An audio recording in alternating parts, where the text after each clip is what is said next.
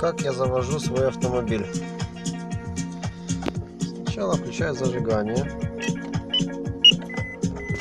потом газ,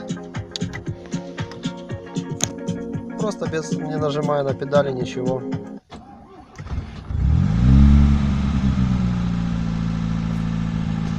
Сама завелась. Так работает. Давление масла, маленькое давление, конечно.